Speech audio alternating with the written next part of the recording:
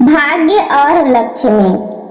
एक शहर में एक गरीब बूढ़ा ब्राह्मण अपनी पत्नी व सोमदत्त नाम के एक पुत्र के साथ रहता था। सोमदत्त प्रतिदिन राजा की लड़की को कथा सुनाने जाया करता था। वहां से दक्षिणा में जो मिलता उसमें ही वह अपने परिवार का पालन करता था। एक बार भाग्य और लक्ष्मी एक दूसरे से अपने आप को बड़ा बताने लगे। आपस में कोई निर्णय ना होने पर दोनों ब्रह्मा जी के पास गए। ब्रह्मा जी ने खुद बुरा ना बनते हुए कहा, मेरे पास इसका उत्तर नहीं है, चलो मैं भी तुम्हारे साथ विष्णु जी के पास चलता हूँ। तीनों ने विष्णु जी के पास पहुंचकर भाग्य और लक्ष्मी में कौन बड़ा है यह प्रश्न किया। विष्णु जी ने भी ब्रह्मा जी की तरह बुरा ना बनते हुए उत्तर ना देकर उन्हें अपने साथ लेकर शिव जी के पास पहुंचकर उपयुक्त प्रश्न पूछा। शिव जी ने भी कोई उत्तर ना देकर कहा कि चलो पृथ्वी पर चलकर इस प्रश्न का उत्तर मालूम करते हैं। पांचों देवी देवता ने साधु का भेष धारण कर पृथ्वी पर उपयुक्त ब्राह्मण के घर पहुंचकर अलख जगाई और कहा कि हम रात्रि में भी आपके घर पर ही विश्राम करेंगे।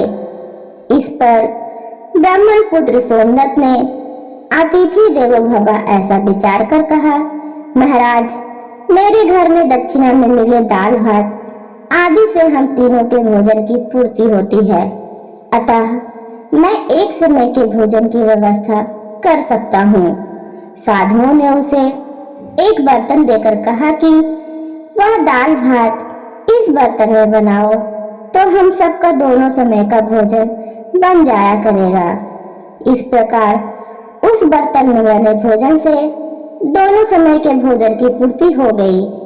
अगले दिन प्रातः में सोमदत्त जाने लगा तो एक साधु ने पूछा, तुम कहाँ जा रहे हो? उसने कहा, मैं राजा की लड़की को कथा सुनाने जा रहा हूँ।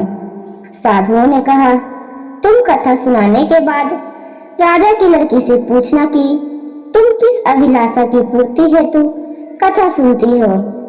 सोमदत्त ने कथा सुनाने के बाद उपयुक्त प्रश्न पूछा।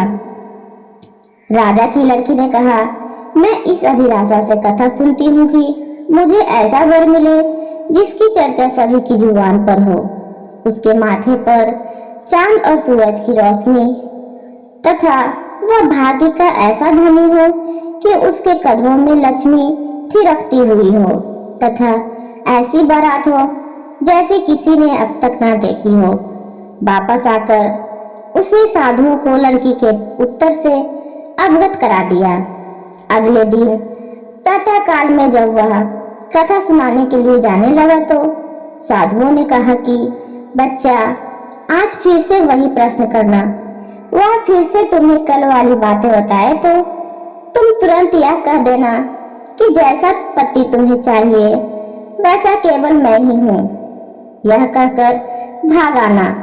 सोमदत्त ने कहा, हे साधु महाराज, कहाँ एक मैं गरीब ब्राह्मण जिसका घर उसकी दी हुई दक्षिणा पर पलता है और कहाँ वह एक राजा की पुत्री। राजा मुझे और मेरे परिवार को मृत्यु दंड देकर मौत के घाट उतार देगा, अतः मैं ऐसा नहीं करूंगा। साधुओं ने कहा कि ठीक है, हम तुम्हें परिवार सहित अभी अपने श्राप से भस्म कर देता हूँ। सोमदत्त पहले ही उनके चमत्कार से डरा हुआ था।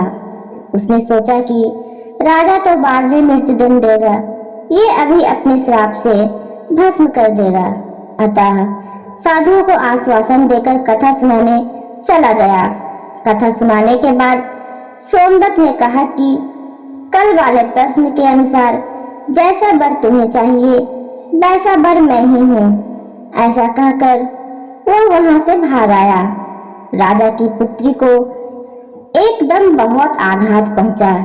उसने दासी के द्वारा अपने पिताजी को बुलाकर सब बात बताई। राजा ने आश्वासन दिया कि उस उदंड ब्राह्मण को इसकी सजा मिलेगी। राजा ने तुरंत अपने मंत्रियों से विचार विमर्श किया। एक वरिष्ठ मंत्री ने कहा कि उसने अपराध तो फांसी दिए जाने वाला किया है, परंतु वह एक ब्राह्मण है। उसे फांसी देने पर एक ब्रह्म हत्या का पाप लगेगा। कुछ ऐसा किया जाए कि वह दंडित भी हो और ब्रह्म हत्या का पाप भी न लगे। काफी विचार विमर्श के बाद तय हुआ कि शादी का निमंत्रण पत्र कुछ शर्तों के साथ भिजवाया जाए। राजा ने शर्तों वाला निमंत्रण पत्र लिखवाकर हलकारों के साथ सोमदत्त के पिताजी के पास भेज दिया। उत्तर सोमदत्त ने घर को पहुंचकर साधुओं को बताया कि उसके कहे अनुसार कहने पर राजकन्या बहुत क्रोधित हो गई थी। अब शीघ्र ही फांसी का संदेश पहुंचने वाला है। कुछ समय के बाद हलकार निमंत्रण पत्र लेकर पहुंच गया। साधुओं ने हलकारों को सम्मान सहित बिठाकर सोमदत्त को निमंत्रण पत्र पढ़कर सुनाने के लिए कहा। पत्र इस प्रकार था, हे ब्राह्मण पुत्र, हमें तुम्हारा शादी का प्रस्ताव मंजूर है, परंतु साथ साथ हमारी कुछ शर्तें भी हैं। तुम्हारे द्वारा सभी शर्तें पूरी करने पर हम अपनी लड़की की शादी तुम्हारे साथ कर देंगे। शर्तें पूरी ना होने पर तुम्हें परिवार सहित फांसी दे दी जाएगी। शर्तें इस प्रकार है, पहला, बारातियों के ठहरने वाले सभी बारात घर तथा बनाए गए सभी तंबू भरे हुए होने चाहिए, कोई भी तंबू खाली नहीं होना चाहिए। दूसरा, बारातियों के अतिथि सत्कार में बनाई गई सभी खाद्य सामग्री प्रयोग होनी चाहिए। तीसरा, ऐसी अद्भुत बारात आनी चाहिए जिसकी चर्चा हर व्यक्ति के जुबान पर हो। बारात आने पर यदि कोई भी शर्तें अधूरी होगी तो बारात में आने वाले सभी बारातियों को भी फांसी दे दी जाएगी। पत्र पढ़कर सोमदत्त डर से कांपने लगा।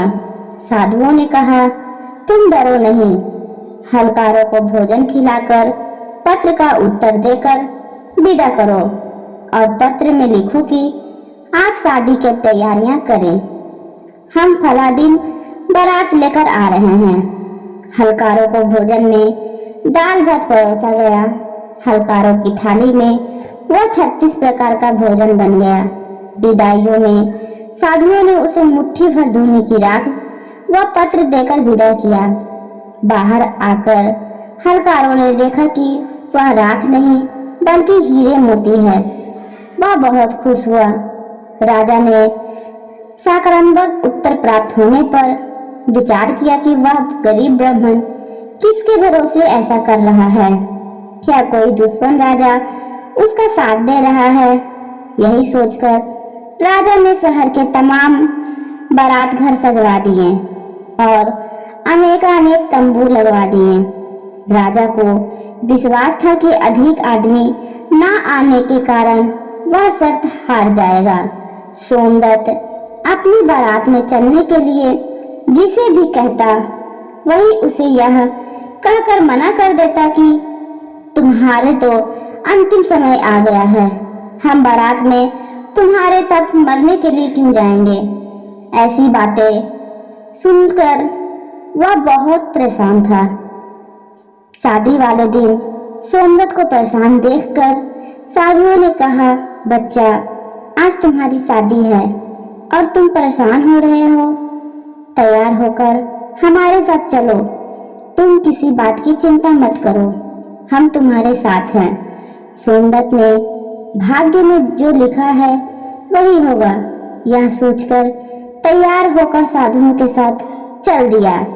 भगवान शिव जी ने भी इस बारात में चलने के लिए सभी देवताओं को मनुष्य रूप में आमंत्रित किया तथा भूत प्रेत व अपने सभी गणों को भी शादी में बुला लिया, जिसके कारण सभी बारात घर लगवाए गए, सभी तंबू भर गए। इसके बाद भी कुछ बाराती बिना तंबू के रह गए। राजा के पास सूचना भिजवाई गई कि बारातियों के ठहरने का और प्रबंध कराया जाए। सूचना मिलने पर राजा ने विचार किया कि कहां से इतने बाराती आ गए हैं। चलकर देखना चाहिए। राजा तुरंत वहां पहुंचे। राजा को आया देख शिव जी ने शुक्र व शनि जी के बच्चों के रूप में बनकर भूख के कारण रुला दिए। राजा ने दो बच्चे को रोते देखकर पूछा कि यह बच्चे क्यों रो रहे हैं। साधु बने शिव जी ने कहा, इन्हें भूख लगी है। राजा ने उन बच्चों को खाना खिलाने के लिए भेज दिया। कुछ समय के बाद राजा के कर्मचारियों ने आकर बताया कि महाराज, वे दोनों बच्चे तो सारा का सारा भोजन खा गए और फिर भी भूख भूख चिल्ला रहे हैं। ऐसा सुनकर राजा बहुत परेशान हुआ। उन्होंने अपना घमंड त्याग कर साधुओं के सामने नतमस्तक होकर कहा, महाराज, अब मेरी लाज आपके हाथ में है। साधुओं ने कहा कि कोई बात नहीं, सब कुछ ठीक हो जाएगा। तुम घर जाकर बारात की आगवानी की तैयारी करो। राजा ने शहर को बहुत ही सुंदर ढंग से सजवाया। जगह जगह पर झालरों से पूरा शहर एक दुल्हन की तरह से सजाया गया। सोमदत्त भी शादी की पोशाक में एक राजकुमार की तरह बहुत सुंदर दिखाई दे रहा था। शाम के समय उसे एक सुंदर रथ में बिठाया गया। रथ के आगे अनेक प्रकार के बैंड बाजे, नफीरी वाले ढोल नगाड़े वाले मधुर तान में झूमते हुए चल रहे थे। दूल्हे के मस्तक पर सेहरे को चांद और सूरज से सजाया गया। बाराती हाथों में नोट लेकर एक दूसरे पर न्यौछावर कर इधर उधर उड़ा रहे थे। बारात के इस विहंगम दृश्य को देख कर आपस में कहने लगे कि इस गरीब ब्राह्मण के भाग्य को तो देखो। इसके मस्तक के चेहरे पे चांद सूरज और चारों तरफ से इस प्रकार धन उड़ाया जा रहा है मानो किसी बहुत बड़े राजा की बारात निकल रही है। ऐसी बारात हमने अपने जीवन में कभी नहीं देखी और न आगे देखने की उम्मीद है। यह भाग्य का बहुत ही धनी है। पब्लिक की इस प्रकार की बातें को सुनकर ब्रह्मा जी, विष्णु जी तथा शिव जी ने भाग्य व लक्ष्मी जी से कहा कि देखो, तुम्हारे प्रश्न का उत्तर पब्लिक दे रहे हैं। वीडियो अच्छी लगी हो तो एक लाइक एंड सब्सक्राइब जरूर करें। धन्यवाद।